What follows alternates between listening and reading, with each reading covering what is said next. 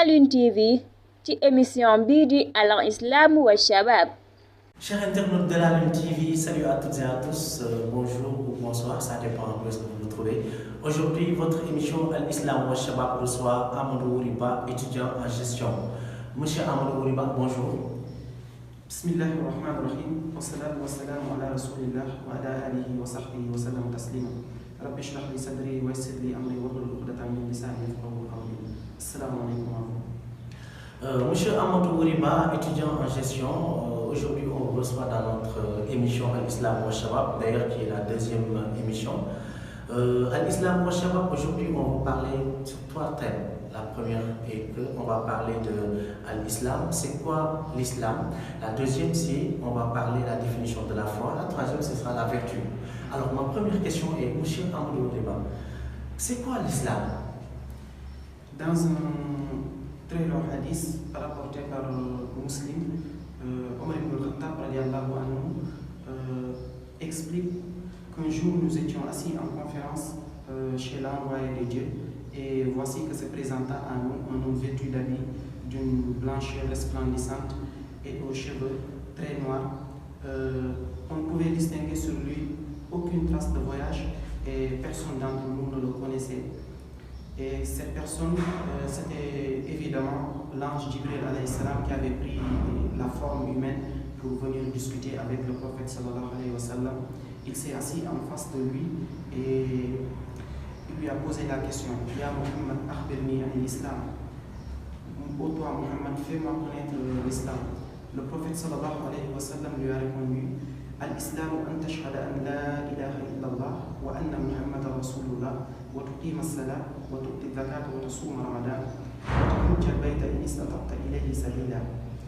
Le prophète sallallahu alayhi wa sallam lui a répondu que l'islam consiste en ce que tu dois croire qu'il n'y a nulle autre divinité digne d'être adorée excepté Allah, et que le prophète Mohammed est son envoyé. Mais aussi, tu dois accomplir la prière rituelle. Et ensuite, une fois que tu as accompli les prières rituelles, tu dois verser la zakat, c'est-à-dire l'impôt rituel. Mais aussi, tu dois jeûner le mois béni du Ramadan. Et enfin, le 5e pilier qui est d'accomplir le pèlerinage à la maison d'Allah si les conditions de voyage rendent la chose possible. C'est ça l'islam tel qu'elle a été définie par le prophète Muhammad sallallahu alayhi wa sallam. Alors monsieur Amadou Ouriba, est-ce qu'on peut savoir aussi ce qu'est la définition de la foi? Oui, la foi, dans ce même hadith, le prophète Jibril alayhi salam avait demandé au prophète Muhammad sallallahu alayhi wa sallam aussi, c'est-à-dire fais-moi connaître la foi. Le prophète sallallahu alayhi wa sallam lui a répondu: qala an tu'mina billahi wa malaikatihi wa kutubihi wa rusulihi wal yawmil akhir wa tu'mina bil qadri khayrihi wa sharrihi. Et le prophète sallallahu alayhi wa sallam a dit: la foi consiste en ce que tu dois croire en Allah, aux anges, aux livres, aux prophètes et au jour dernier. Mais aussi tu dois croire à la prédestination touchant le bien et le mal, tel défini par le prophète Muhammad sallallahu alayhi wa sallam. Alors la dernière de ces points dont je voulais discuter avec vous, c'est qu'est-ce que vous pouvez me dire sur la vertu? Par exemple, quand on parle de la foi, de l'islam, forcément il y a la vertu. Alors c'est quoi la vertu selon vous, M. Ba? Toujours dans ce même hadith, Jibril alayhi salam aussi avait posé la question à savoir fais-moi connaître la vertu, al-ihsan. Le prophète Muhammad sallallahu alayhi wa sallam aussi avait dit la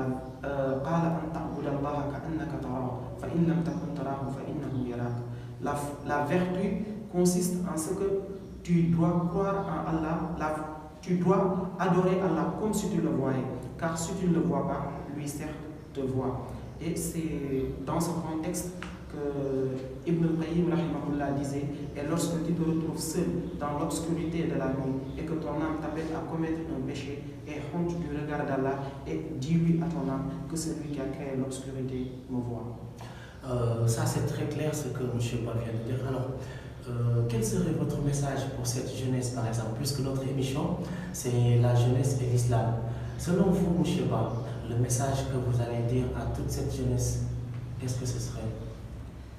Oui, vous savez, le chemin vers Allah est la plus grande voie que le serviteur puisse prendre. Et comme nous l'a enseigné notre bien-aimé Mohammed, le meilleur héritage qu'un parent puisse léguer à son enfant, c'est une bonne éducation. Et bien évidemment, c'est l'éducation religieuse. Et pour connaître l'islam, donc il faut impérativement connaître l'islam. Et pour connaître l'islam, il faut absolument aller apprendre.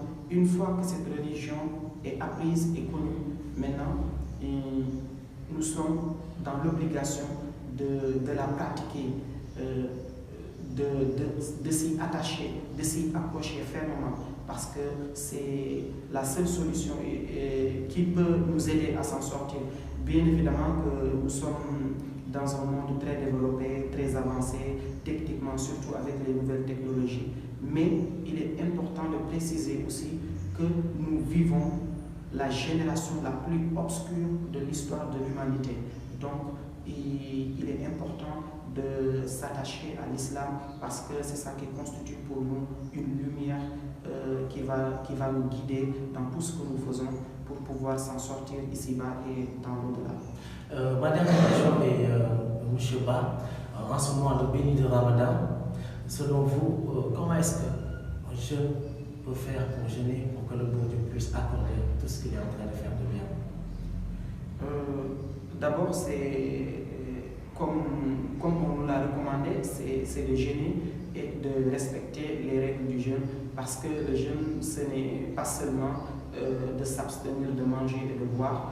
Il y a d'autres actes qui sont interdits par l'islam, et aussi il y a beaucoup de recommandations comme lire beaucoup le Coran, faire le zikr et chercher le savoir et ne pas passer tout son temps au divertissement, je veux dire. Oui. Donc c'est important aussi d'adorer, de faire ce qu'on appelle une introspection de soi-même, et apprendre beaucoup plus sur sa religion et essayer de se mettre sur le droit chemin pour pouvoir réussir.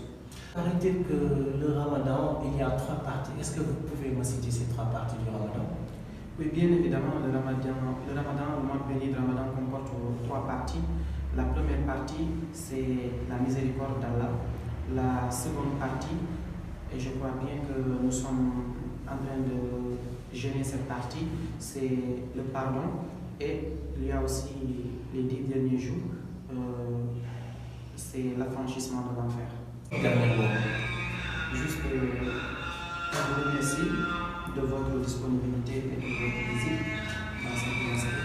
Et on souhaite le meilleur, on souhaite Allah subhanahu wa ta'ala beaucoup trop de succès pour vous. Qu'Allah m'accorde sa guidance ainsi qu'à vous. Wassalamu alaikum wa rahmatullah. Chers internautes de la Lune TV, je pense que rien n'est plus important que ça. Voir un jeune comme Amadou Riba qui nous apprend ce que c'est que l'islam, ce que c'est que la foi et la vertu. En même temps, moi je ne vais même pas parler de son éloquence, mais je vais parler de son savoir. Tout jeune a le droit d'apprendre, parce qu'apprendre, je pense que ça fait partie des premières choses que le prophète qu'on lui a inculqué de faire. C'est-à-dire, le prophète, on lui avait dit d'aller apprendre. Voir un jeune comme lui qui apprend, je pense que ça peut nous aider, ça peut nous donner cette idée d'aller apprendre. Monsieur Ba, vraiment, la Lune TV vous remercie, et cette émission qui s'appelle Al-Islam wa Shabab vient de montrer carrément que cette émission est faite pour les jeunes. Monsieur Ba, on vous remercie. Bi di la Lune TV di commenter, di aimer, di partager. Ñu fatali leen rek bu ngeen bëggee abonné ci chaîne bi yomb na.